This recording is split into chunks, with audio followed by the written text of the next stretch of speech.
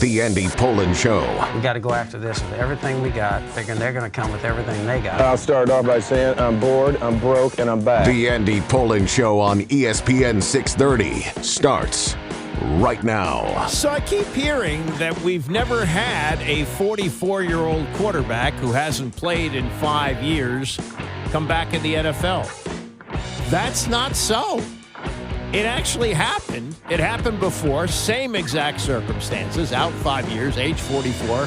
And you know what happened to the team that he went to? They went to the Super Bowl. They didn't win the Super Bowl, but they went to the Super Bowl. And I haven't seen this anywhere. I came to mind for me. I did a little bit of research. Took me, 25 seconds of Googling to come up with this. But I will get to this happening before in the NFL. 44-year-old quarterback out for 5 years, comes back, team makes it to the Super Bowl. Yeah, I mean, this Phillip Rivers story, it's amazing. It's very intriguing. It's what people are talking about. It's very relatable to those of us, certainly, who are of a certain age. I'm much, much older than Phillip Rivers. In fact, I'm old enough to be his dad, and he's a grandfather. We're both grandfathers. But he's back in the NFL. Now, whether he plays or not is another thing, because he's on the practice squad for the Colts. And that has a lot to do with his Hall of Fame eligibility, because right now he's on the ballot for 2026. He's on the ballot for next year, and there will be a vote during the Super Bowl as to see whether or not he makes it. But if he comes back and he plays, and he could play this week against Seattle, this is the day the teams start practicing. They start practicing on Wednesday for games on Sunday. So it's entirely possible that Phillip Rivers will be the starting quarterback for the Colts when they take on Seattle on Sunday, and he hasn't played since the 2020 season. It's absolutely incredible, and we will get to more on that coming up. If you have not been following this, the Commanders are finally on Hard Knocks. Hard Knocks is 25 years old. And there are some teams over the years who have volunteered. Jerry Jones loves it. So Cowboys have been on a few times. And NFL Films loves that because the Cowboys are so relatable and draw so many eyeballs to the television set when they play. We had the very compelling Baltimore Ravens story. I think that was the first year. And that was the team that went on to win the Super Bowl, the year 2000. And the Commanders have been able to avoid this. So they've been able to avoid it under three names: the Redskins, Washington Football Team, and Commanders, mainly because, although in the first year of ownership of Josh Harris, they actually volunteered to be on it, and they weren't taken. But during the Dan Snyder years, the rules were, and I think they're still this way, that if your team makes a coaching change, you don't have to be on it. And if you've made the playoffs, you don't have to be on it. Well, they only made the playoffs a few times, but they were changing coaches often enough that they avoided being on Hard Knocks. So now, last couple of years, last maybe 3-4 years, they've had these in-season Hard Knock shows. And this year, they're doing the NFC East. So for the first time in Hard Knocks, we're getting to see the behind-the-scenes on the Washington Football Team. And what we saw this week was heartbreaking. I have not watched the latest episode. I watched the first one, so I'll have to catch up today. But this was episode 2 last night, and they had, I don't know, whether he's been mic'd up for other games as well, I'm not sure. But Zach Ertz, fortunately or unfortunately, depending on how you want to look at it, was mic'd up for this game in suffering an injury that could end his career. And in the build-up to the game, there was this from Zach Ertz, which to me sounds like foreshadowing. I try and exhaust myself in this career as much as I can. I don't know how much longer I'm going to play, and my whole career has just been focused on the task at hand and how can I be better as a player. Well, he exhausted it, and he exhausted it in such an excruciating way. The audio is here. I'm going to play that next. You need to see the video to really get the full focus of this, but you will hear a veteran football player, one of the great pass-catching tight ends of all time, a Super Bowl champion with the Philadelphia Eagles. You will hear him actually weeping at the end of this. This is Ertz mic'd up. You'll hear the hit that he suffered in Minnesota, followed by the training staff coming out, and he pretty much diagnoses his own injury. Like, he knows, and I guess players do know. But this is this is heartbreaking to watch. And if you listen to it, I think you'll get some of the picture of what Zach Ertz went through on Sunday.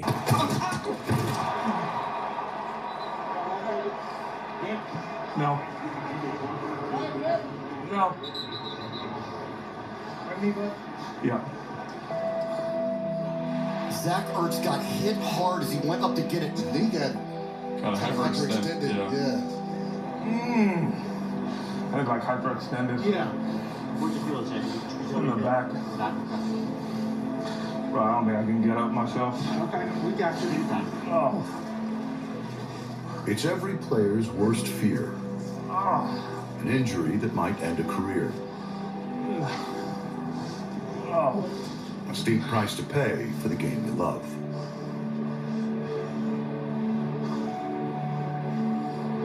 Get up, A6.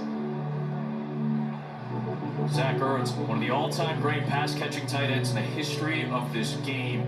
Your heart breaks for a player like Zach Ertz. Zach Ertz is out with a knee injury. That's a huge loss, man. Huge loss. He's been a warrior this season.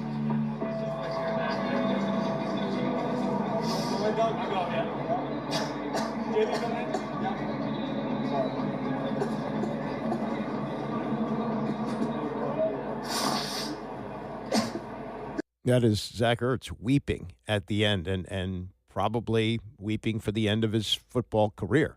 He's 35 years old. Not just the fact that he's older, but this is an injury that will probably carry into next season. Now, if he really wants to play, I don't think the Commanders would re-sign him. But if he really wants to play, he rehabs. And what we see every year in the NFL, which is going to segue us nicely into Phillip Rivers here, is teams run out of players. And there will be, without question, a team at this time next year, maybe earlier in the year, desperate for a tight end. And they'll call Zach Ertz and they'll say, "You in shape?" And he may say, "Yeah, I'm hanging by just in case somebody needs somebody," or no, I've made up my mind. I'm retiring. I think he's got options once he leaves football. He does a lot of interviews. I would think that he's got an interest in broadcasting. If he doesn't do that, somebody's going to want him to coach, and maybe they'll want him on the staff for next year as the tight ends coach, because I believe I'd be surprised if Cliff Kingsbury hangs for another year. I think he's going to – the usual hiring cycle in the NFL is like 7 or 8 teams. There's already several teams looking for coaches. So I would not be surprised if Zach Ertz winds up as a head coach again before the start of next season. All right, to Phillip Rivers.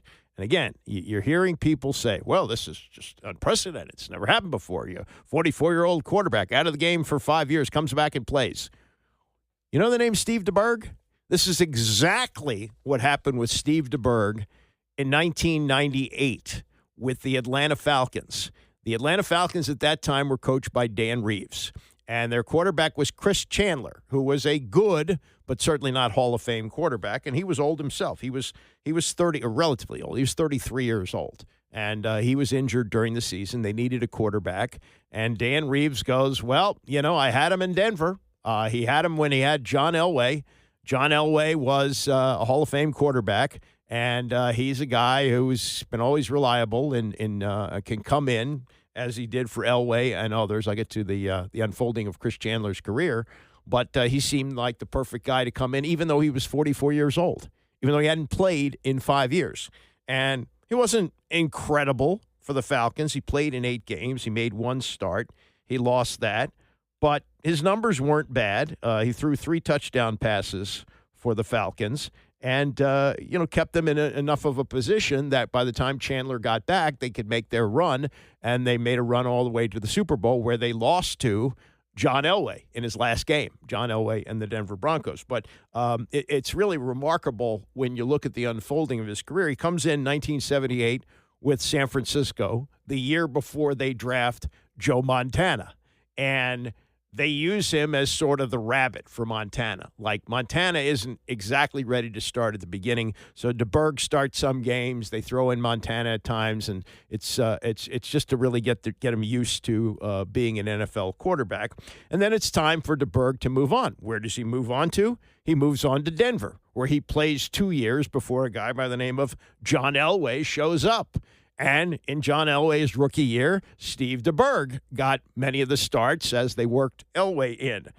They were ready to depart at the end of the 83 season, and DeBerg finally got his opportunity to be a starter in Tampa Bay, which he was for a few years, until a Heisman Trophy winner by the name of Vinny Testaverde showed up, and then it was time to head off to Kansas City, where he was the quarterback from 88 to 92, and actually had some good years there, and was a solid starting quarterback for them until an aging Joe Montana showed up again, and it was time for DeBerg to move on, and he split the 93 season between Tampa and the Dolphins, who needed a quarterback when Dan Marino tore his Achilles. And he was out of football for 5 years when Dan Reeves called, and he wound up with the Falcons. So this has happened before.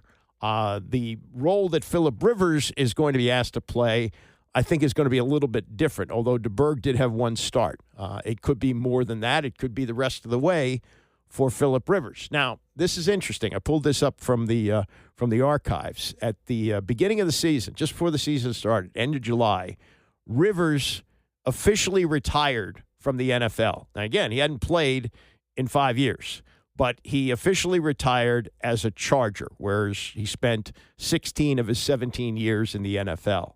And he wanted to do it there. And that happens all the time. A guy retires and wants to finish up, like, a guy like Art Monk, who played his last games with the Philadelphia Eagles, came back and retired as a Redskin. It's happened here a bunch of times. It's happened to teams around the league that a star player wants to go out. Jerry Rice, played. I think his last year was in Denver in training camp. They finally said to him, "Hey, Jerry, you're 42. It's over."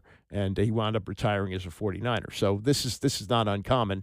But Rivers did retire back in July, at the end of July, and he was on the Dan Patrick Show with Dan asking the question, why did it take so long for this to happen? The reason there was a little bit of a wait is I honestly wasn't. There were a couple November, Decembers there in 2021, 2022 where I was staying ready. I threw on shoulder pads a few times and a helmet and was throwing in the yard and working just in case. And there were a few things that kind of got close. But then the last 2 years is pretty much I've been done. It really just I wanted to retire a Charger and do it right with the Chargers over 16 years. Gates coming up with the Hall of Fame, one of my favorite all-time teammates and locker mate, side by side for 16 years. I was doing some video stuff for him, and I was like, "Hey guys, when are we going to do this? I want to retire a Charger. Should we do something on video?" And it just all worked out. What team or teams called you? I knew you were going there. I guess I teed you up for that one, Dan. You can say it now. No, I know it doesn't matter. Yeah, well, I think, it was the year that the 49ers had the injuries at quarterback, and before early on, before Purdy really got going. It was there was still probably 6 weeks left in the year, and it was so there was a little interaction I had there with John Lynch. Certainly kept in contact with the Colts that first year or so out. When the Saints had the injuries, I think they called Drew and I both. I remember being on a phone call with Drew, and it was over Christmas. And it was like the first Christmas I'd been off and not playing. And I was like, I can't believe I'm even considering this. But Drew and I ended up talking about, hey, were you serious? And he was asking me if I was serious. And I was like, it sounds good. It sounds good in theory. But then it's like, man, I felt like the later the season went, I was going to become a guest quarterback. And to me, that just was what ultimately the teams didn't want me. It didn't get that far to where it was in my control, but I didn't want to be a guest quarterback. You wanted to at least have some camaraderie and some sense of, man, I've been on this journey with you guys, at least for half a season. But when it got to the playoffs, it's like, man, you're going to go and play one game, and you're either the hero to help them win, or you came in and cost them a playoff game. So it just didn't make a whole lot of sense. That was Phillip Rivers in July. Didn't want to be a guest quarterback, which is what he sort of is right now with only 4 games to go in the regular season, and the Colts desperate because they're out of quarterbacks. They just don't. All 3 of their starters are hurt. One of them's gone for the year in Daniel Jones, and they need somebody desperately.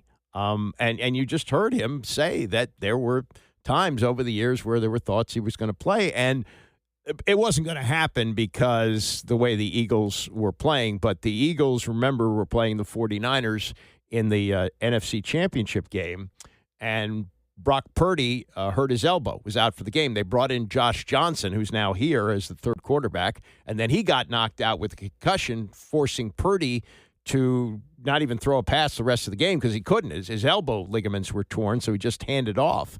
And if the 49ers had somehow found a way to win that game, some crazy way to win that game without a quarterback, Phillip Rivers, who at that point hadn't played in, I think, 3 years, maybe 2 years, but he'd been out of football for a while, he would have been the starting quarterback for the 49ers in the Super Bowl. Now, the tug of the Niners might have been a little bit different than it is here in going back to the Colts, even though he only played 1 year. And I thought this answer was telling when he talked to Dan Patrick in July about how he spends his Sundays and the teams that he roots for. You find yourself pulling for either coaches you were with or teammates, that are either at the team you were on, or either they're somewhere else. You pull for them on Sundays, and we still watch all day. We go to mass on Sunday morning, and we have games on every TV we can find. Yeah. So Shane Steichen was his coach when he was with the Chargers, quarterback's coach. Now he's the head coach of the Colts, and he wasn't there when he was there. So the perfect storm of the team that he finished up his career with a coach he knows made some sense. And, again, he's on the practice squad. Doesn't mean he's going to play in any games. If he does play in any games, the Hall of Fame resets. So if he plays sometime this season, even one snap, then his Hall of Fame eligibility gets pushed forward 5 years. Really amazing. And it's just hard to get your head around, which Tony and Mike found yesterday, as well as Jeff Saturday, who played for the Colts, and he'll give you a little perspective on just how incredible it is that a grandfather is coming back to play in the NFL. By the way, not the first grandfather to play professional sports, not even in the NFL. Brett Favre was a grandfather when he played for Minnesota in 2010. Julio Franco, the pitcher, was a grandfather in 2007.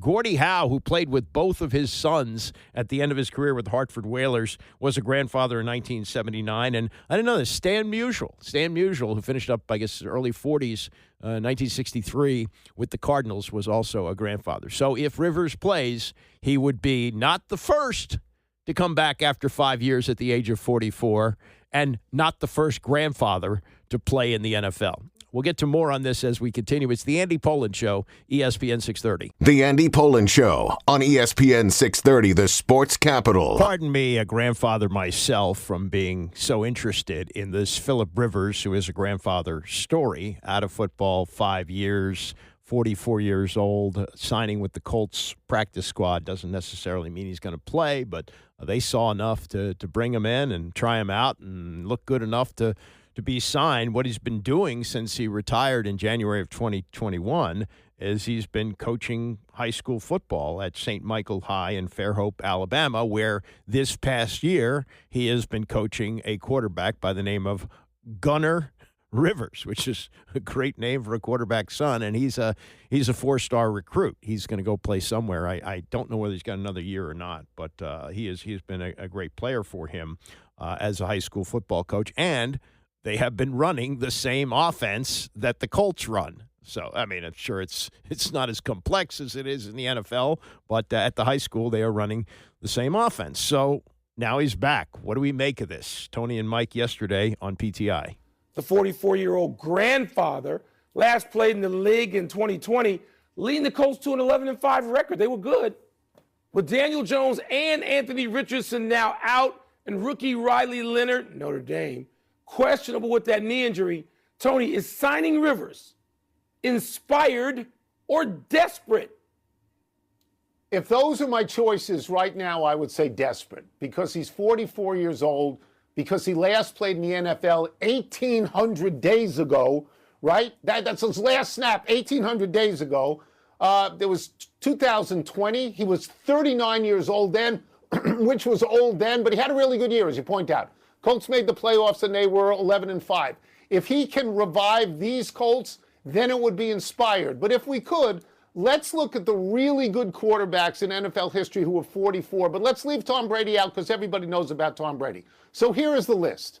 There is no list. That's right. There is no list. right? And as you said before, he's a grandfather. I think that's important. I understand what's going on here. Shane Steichen, the coach, knows him from the Chargers, where when Phillip Rivers played at the Chargers, Steichen had a series of offensive coaching jobs. He trusts them. They're good friends. I get that part, but, it feels a little desperate to me.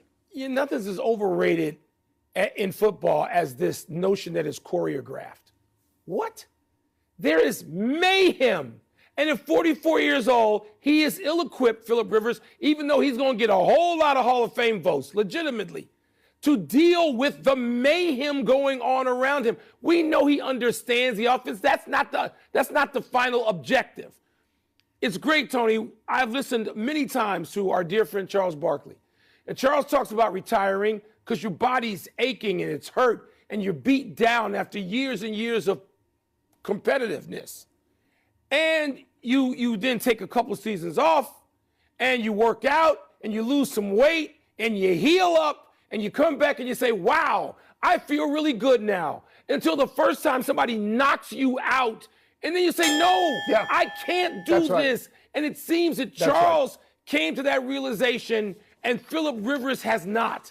He's going to come to it in Seattle. I just hope it's temporary and nothing more, if that, than the blue tent, not even that. I'm going to tell you something. I feel bad for Daniel Jones because he was going to be comeback player of the year. And now he's hurt on, both legs are gone. And I feel badly for him. They haven't had a quarterback that they can trust really for any length of time since Andrew Luck. It's a while back. Yeah, look, Andrew Luck is 36 years old. He should still be playing, but he walked away before the start of the 2019 season with a calf injury. He just had enough. And there have been so many rumors over the years. He's thinking about coming back. He's lost a lot of weight, and now he's the general manager of Stanford football, and there's no chance that he would return. But to see Phillip Rivers back is pretty amazing on this level, too. In a league where quarterbacks are going down like crazy, a 44-year-old grandfather is going to throw his body out there and try and stay healthy. And even if things go well, they're going to expect 4 games out of him to get to the playoffs, and there's no Daniel Jones return here, so he's sort of the answer.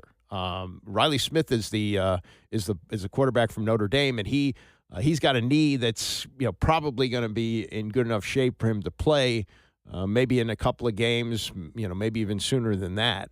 But to turn when you are desperate for quarterbacks to this tells you about the state of quarterbacking in the NFL, where every time a quarterback gets hit, and it's called roughing the passer, you go, put a dress on him. Doesn't seem to save him. And on top of that, we're seeing more and more, like the Daniel Jones injury, non-contact injury. And I'm not a doctor, but I just don't buy the NFL where they say, the injury rate for these Thursday night games and the Monday night games isn't higher. Maybe not. But the cumulative effect of all these games close together can't be good. It can't be. I mean, football is designed so that you play a game and then you have 6 days of rest before you play another one. And when on a regular basis you're playing games on short rest, even last year was the ultimate chutzpah move by the NFL, I thought. Christmas was on Wednesday. They don't play on Wednesday, but the NFL goes, there's money to be made there. And they squeezed $100 million out of Netflix, and they put 2 games on Christmas Day, which worked out great for them. They got 25 million people a piece for the game. Beyonce did halftime of one of them, and it was a monster hit for Netflix and big for the NFL as they collected a lot of cash. And when asked about it before the season, Roger Goodell, I understand that we play Thursday games, but at least you have the rest between Sunday. Oh, not to worry. We got that taken care of. They played the games, the teams that played on Christmas Day on a Wednesday played on a Saturday. And even though this year they're playing on a Thursday, they're doing it again. Washington will play Saturday before Christmas Day. They play Philadelphia at home, and then we'll play the Cowboys at home on Christmas Day 5 days later, a little bit more rest than last year. So I think, I don't know, but that's what I would blame it on. I don't have any medical research, any data on that, and the NFL keeps insisting, we do these studies all the time, and we find the injury rate isn't higher. Well, figures don't lie, but liars figure. Some way or another, it would seem that this is worse. Now, the one thing that's come out in the last week or so to keep an eye on, they didn't demand that each team go to natural turf fields, but they set certain standards that have to be in place for 2028, which would be 2 years before the Commanders open their new stadium. And with the technology that we saw, like in Madrid, where they grow the grass underneath the stadium and then they raise the field up for the team to use, that may be coming to the NFL, and maybe that will cut down on injuries. But again, the NFL will also tell you, we looked at it and we found that there's no higher injury rate on artificial turf versus grass. Players all prefer grass. And maybe it's, you don't necessarily get more knee injuries, more soft tissue injuries, but the effect week after week of playing on the phony stuff maybe adds up to the point where, you do have these serious injuries. Jeff Saturday is 50 years old, played most of his career with the Colts, kind of had a reverse Phillip Rivers, long run with the Colts, and played his last year in Green Bay. He's been out of the game for a while and has done mostly television. But you may remember a couple of years ago, in a bizarre move by Jim Irsay, he fired, who was it? It was the Frank Reich. That's right. He fired Frank Reich in the middle of the season with a lot of time and money left on his contract. And Jeff Saturday, who had never coached, not even as an assistant, he went right from playing to working on television, but was a beloved figure in Indianapolis and obviously well-respected by Irsay, brought him back to coach. He did win his first game against the Raiders, but he also blew the biggest lead in NFL history against Kirk Cousins and the Minnesota Vikings in a Saturday game. And I think the only win that he had in that interim stint was the first one against the Raiders. And overall, it was a disaster. And it really had no chance of success anyway. But this is the comp that Saturday has for Rivers returning to play for the Colts after 5 years. Like, I equate this to me coaching, right? Like, I walked in, I didn't know a soul. He's going to walk in and not know a soul. It's not that these receivers aren't good, right, or this running back's not good, or this offensive line isn't good. You don't know what his third step looks like. Like, where does he drive? Like, all the things, like, people think it just, like, comes together. That's just not how the NFL works. There's a reason that we do OTAs, right? There's a reason that people say we won that game in June, right? And that has no disrespect to Phillip Rivers and can he do it? Absolutely. Now we're going to go to Seattle? That's right. I mean, my word, like, these grown men want to kill you. Like, by halftime.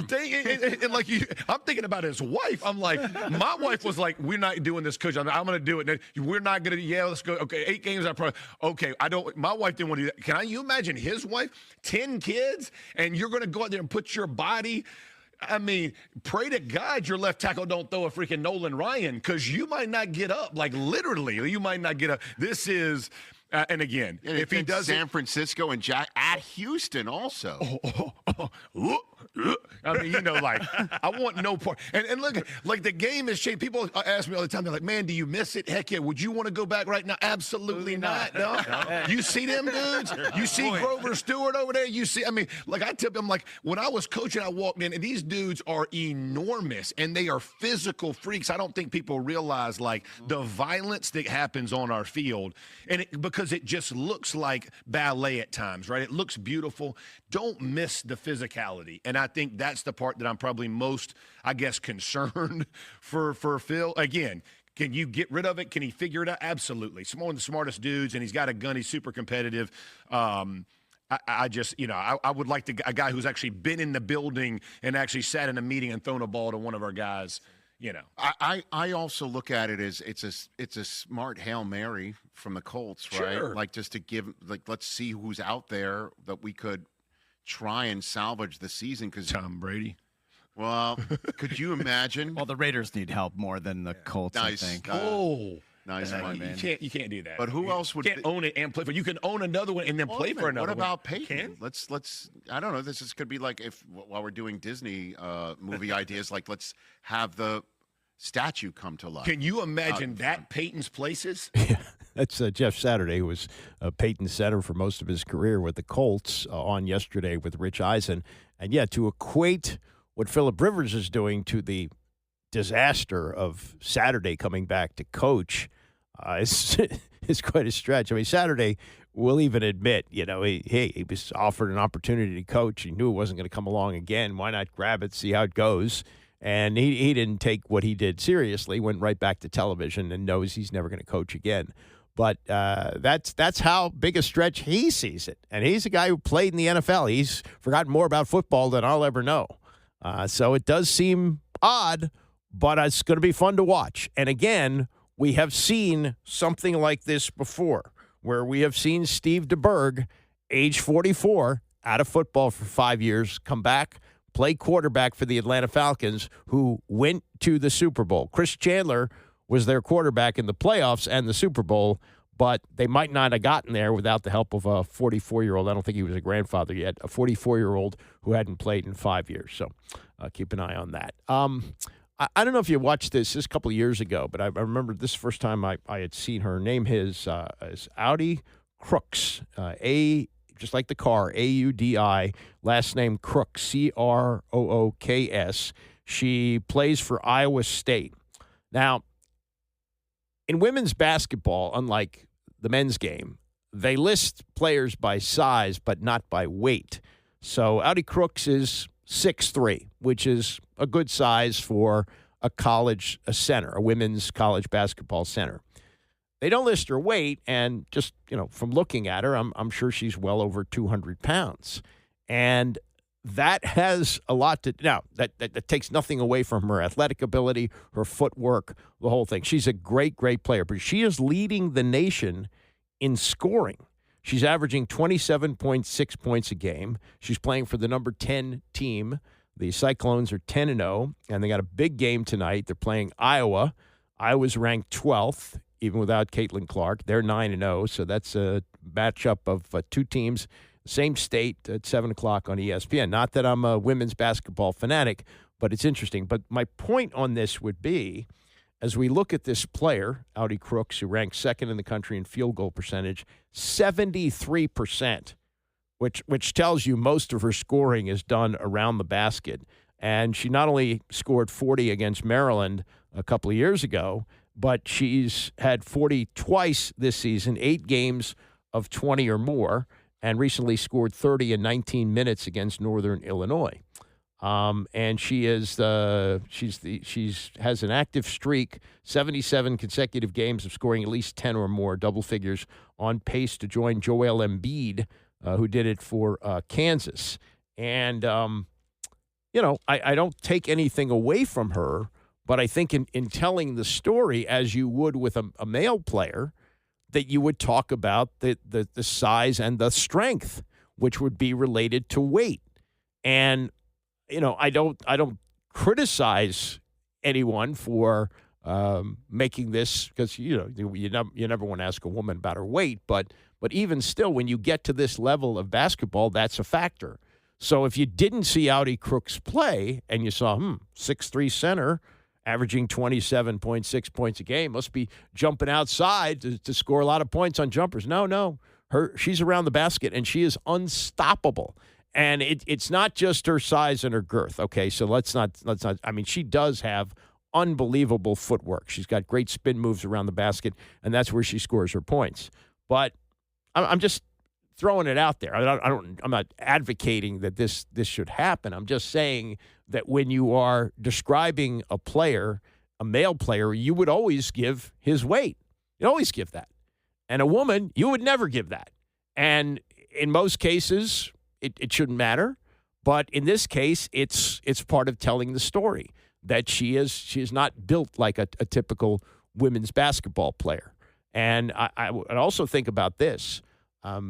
Women have issues with body image and so forth. This is someone who should be celebrated. I don't know what the coaches say. I'm sure her conditioning is great because she's playing most of the game to score all those points. But that's something that's just, up for question here as we move along and as we become, as women's sports grow. And want to be taken more and more seriously and growing a bigger male fan base. I mean, is the weight of Audi Crooks off limits? Not that she should be criticized for it, but it is part of the story of her success, and it's a remarkable story. that she is this size, but is able to play full games, has a great athletic ability, not good athletic ability, but great athletic ability. But it's off limits to say what she weighs. Not that should be, oh my God, look at that, a 200-pound woman. No, but if you're telling the whole story of what has made her successful, it is her full size that does that. All right, let me jump off of this because this is not gonna go well if we keep going with it. All right, coming up, we'll talk more about the Lakers, believe it or not, and what a story they are. It's the Andy Pollin Show, ESPN 630. Well, the Commanders sure picked a bad year to suck because the NFC East is there for the taking. Giants season ended months ago. They're done. The Dallas Cowboys, while they've shown some signs of life, are really at this point out of it. And the Philadelphia Eagles, who should have taken control of this division, have lost 3 straight. The one thing they got going for them is schedule. They got the putrid Raiders this week, and 2 of the last 3 are against Washington. But had Washington had just a decent team this year, maybe not as good as last year, but a decent team, they would be in the mix, but they're not. And the Eagles right now seem to be a mess. They will win the division. I can't see any other way. Dallas has an outside shot, and Giants were the first team to be eliminated from the playoffs, and Washington was officially eliminated with that awful loss in Minnesota on Sunday. But the Eagles are reeling. They're staggered.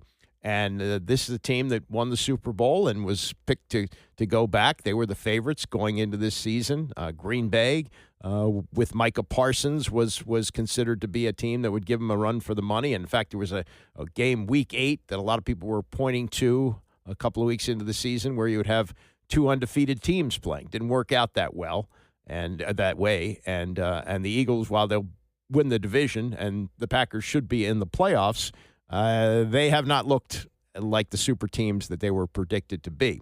And Sal Paolantonio, though he grew up in New York, has become sort of Mr. Philadelphia over the years. He covers all things Philadelphia for ESPN, particularly the Eagles. And he was on Dan Patrick's show the other day talking about, or yesterday, I guess, talking about how the Eagles on Monday night showed just where they are right now. They're in survival mode. They got 4 games left. They start with the Raiders, which is an absolute stone-cold lock, must-win football game at home after losing 3 in a row. And then the Commanders twice, but the Bills sandwiched in between on the road in Buffalo. So clearly they must win 3 out of 4. But, they got to get it right with Jalen Hurts. So Nick Sirianni, as Tim McManus, my colleague on ESPN.com, reported earlier in the week, finds himself now in the offensive meeting rooms for the first time, giving his input more and more into the offense. Question, of course, being begged, what took so long, right? Why are we waiting until after 2 losses when the offense could get out of its way against Detroit and Green Bay and Chicago? So there's that. Why did you take so long to give your input, stick your nose in there? And then after he does, Jalen Hurts has his worst game as a pro. Throws 4 interceptions. Last time that's happened for an Eagles quarterback was Donovan McNabb, 1999, when Donovan McNabb was a rookie. Yeah, he's such a conundrum because, as I've mentioned, if it's a big game and the bright lights, Jalen Hurts has played extremely well. It's just we're going to look at his regular season and his numbers and go, why? But you look at the postseason and you go, is that the same guy? Why do we have this dichotomy of regular season, postseason with him? Well, I think there's a couple of things for this year. Let's just focus on this particular year, where they are, right? Last night they were missing their best offensive lineman, Lane Johnson, their best defensive lineman, Jalen Carter. They turned the ball over 5 times, and they were still in position to win it in overtime. So that's the big picture. That's also the little picture, which is they've had a lot of moving parts on the offensive line. But, hey, so did the Buffalo Bills when they went into Acrisure Stadium 2 weeks ago without their 2 starting offensive tackles, they put 2 tight ends on the right side, 7 plays in a row, and ran James Cook, flushing him out one-on-one with a corner, and they piled up big yards in the running game. So you can adjust. Next man up is the concept in the NFL if you do it right. But the Eagles haven't gotten it right yet with their offensive line hurt. Lane Dickerson leaves the game. That's also an issue. But here's the bottom line. They threw it 40 times last night. Only ran it 25 against a 2-deep safety zone defense that kills the passing game. The Chargers were number 2 against the pass. Why are you throwing it 40 times? That's on the coaches. That's on the quarterback. That's on Patullo, Sirianni, and Jalen Hurts. He has the ability to go to line of scrimmage and check with me and hand it to Saquon. Everybody's wondering, why did Saquon do so well last night? Well, because the Chargers let you run the ball if you want to. Troy Aikman had a great breakdown late in the game. Saquon goes into the A gap. If he had just gone to the outside to the D gap, which was wide open, he had clear sailing to a linebacker and a safety. So part of it is on Saquon. And this is a running team. And the other guy who's not running well, Dan, is the quarterback. Yeah. Whether he's choosing not to or they don't have enough design runs for him. Can this be fixed? Absolutely can be fixed in time for this week. Can it be salvaged for a Super Bowl run? Not sure. Well, No. health could have a lot to do with that, with these 4 games left. And if you have an upright quarterback at this time of the year, one thing about Jalen Hurts, unless there's an injury we don't know about, he's still healthy. Saquon Barkley is healthy, and it's a game of attrition. Witness a 44-year-old grandfather in Phillip Rivers coming back to quarterback the Colts. By the way, and maybe this doesn't bother anybody else. It really doesn't bother me, but I was just watching the highlights. Rivers has worn 17 throughout his career, going back to when he was the quarterback at NC State and wore it for, 16 years with the Chargers, and the 1 year he played for the Colts. Daniel Jones wears 17, and he's not going to play anymore this year. Not that, this is going to be an earth-shattering problem, but if you're the league, why don't you just say, hey, let him wear 17 because Rivers has always worn 17, and Jones is not going to play the rest of the year. If they're on the same team next year, they'll deal with it then. I don't know whether you can do that. There's so many different rules in the NFL. There might be some kind of a special waiver that they have to get, or maybe he'll just, come up with another number that means something to him and come back and play. And again, we don't know necessarily if Phillip Rivers is going to play. He's been signed to the practice squad by the Colts. If he's not activated and doesn't appear in an NFL game, he stays on track for the Hall of Fame. If he plays in a game, then it resets and then would move forward to, 2031 would be his next year of eligibility. We've had Joe Gibbs come out of the Hall of Fame to coach. I think he's the only one to do it. We have yet to have a player do it. And if this had happened next year, because I think Rivers has a pretty good shot to get in, if this happens next year, would Rivers be the first to go out of the Hall of Fame? If he plays this year, it's not going to happen. But if he doesn't play and they go through this song and dance next year and he plays, would he be the first to do it? I'm not going to lose any sleep over it. Just a thought. Kicking is crazy this year. And why has there been such an uptick in kicking? This was interesting. This was Albert Breer on with Dan Patrick yesterday discussing what the kicking game has come to this year and why it is what it is, where almost it seems that 60-yarders are routine. I had a really good conversation with Nick Folk about this, a couple of weeks ago, and he's obviously been doing it for a long, long time. I believe this is his 19th year in the NFL. And so I asked him, I said, what do you think it is? He said the K-ball is definitely a factor. Now, again, for those who don't know. Explain the K-ball. Explain the K-ball. Right. So, I guess we can relate this to Deflategate. Quarterbacks have always been given the opportunity to prepare balls, right? So they can have each game ball just as they like it for game day. So the quarterbacks have always had that opportunity to do that. They didn't allow kickers to do that until this year. So now kickers have the same opportunity to prepare the K balls, which are the balls that are there for the kickers. The kickers and punters can prepare the balls the same way the quarterbacks do for game day. So I think most kickers would tell you that's a factor. I don't know exactly what they're doing. Whether I actually asked him, I said, "Is there something everyone's doing to the ball?" He's like, "I don't know. I just haven't talked to enough people to know." But I'm sure that everybody's done research onto it and looked into it and is doing something that's helping them. So that's number one. The second thing that folks said to me was more interesting, though. He said because it's become so competitive for college scholarships and then obviously, spots in the NFL, what you're seeing is better athletes at the position now. And so you've got a guy who, is a really good high school player who's maybe a really good high school receiver or a really good high school corner or a really good high school linebacker. And maybe he could play Division II or III college football. But if he learns how to kick, he can kick at Alabama or he can kick at Oregon or he can kick at Ohio State. And so now you have these guys who are like really good athletes in their own right, who are probably, college football players at a baseline.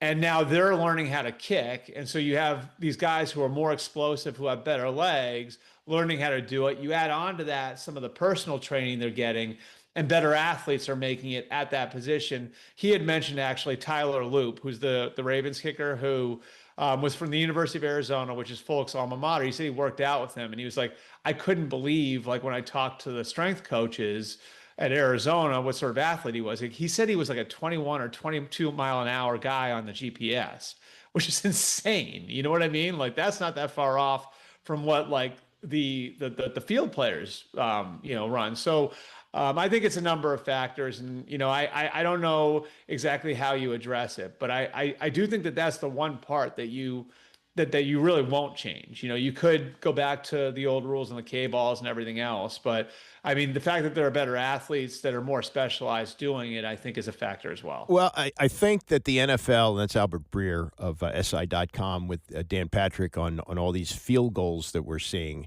I think the NFL does have to address this because in changing the kickoff rules, it's fairly routine for the ball to come out past the 30.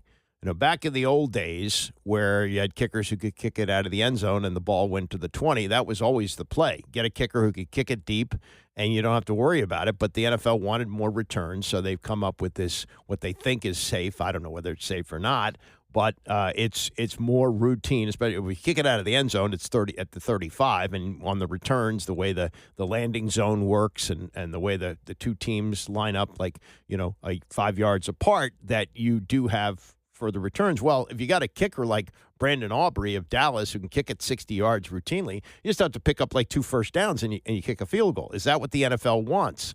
As far as the K balls go, I wasn't aware of that they went back to what was the old rules. Like you used to have kickers who would put the ball in the dryer. They would soften it up so that you could kick it better. You've done this enough. A brick football doesn't travel as far as a ball that you can really get your foot into. So they've made it somewhat easier for the kickers with the change in what they call the K balls, the balls that are used specifically for kicking. That has changed. So maybe they need to drop that. I don't know. But do you really want to see a sport where it's 1, 2, 3 kick, get a first down and kick a field goal? I don't. And then as far as what Breer says, that's correct. You're taking great athletes and making them into kickers rather than a guy who might become a really good college wide receiver but a little bit too small to play in the NFL. So that's part of the picture too. And when you think about the record that stood for years, 63 yards by Tom Dempsey, he was 60 pounds overweight and he had half a foot. He had a birth defect. Whether or not that helped him kick the football, because it was the foot that didn't have toes that he used to kick the ball, may have helped. But he certainly didn't look like an athlete. He was portly.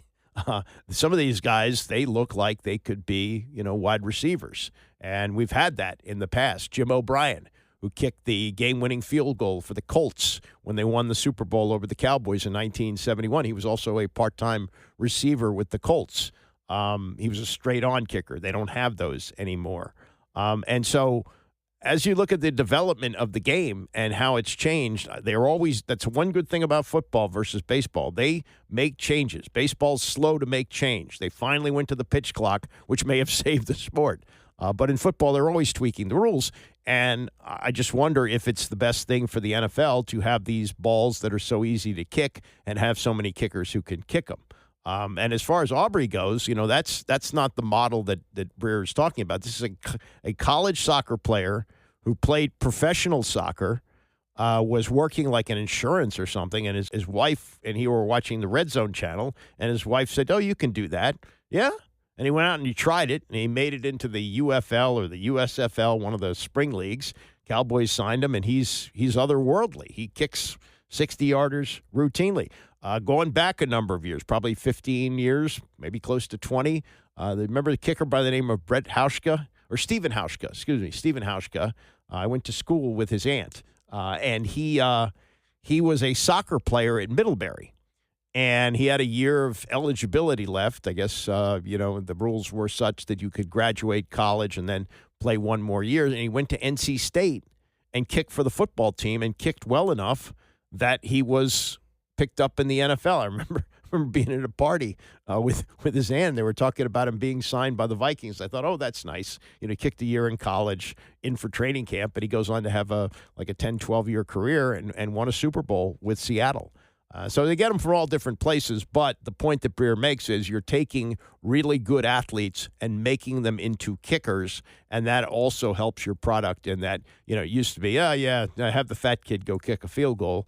Not anymore. Doesn't work that way. All right, Bram's coming up next. I'll see you back here tomorrow at 9 a.m.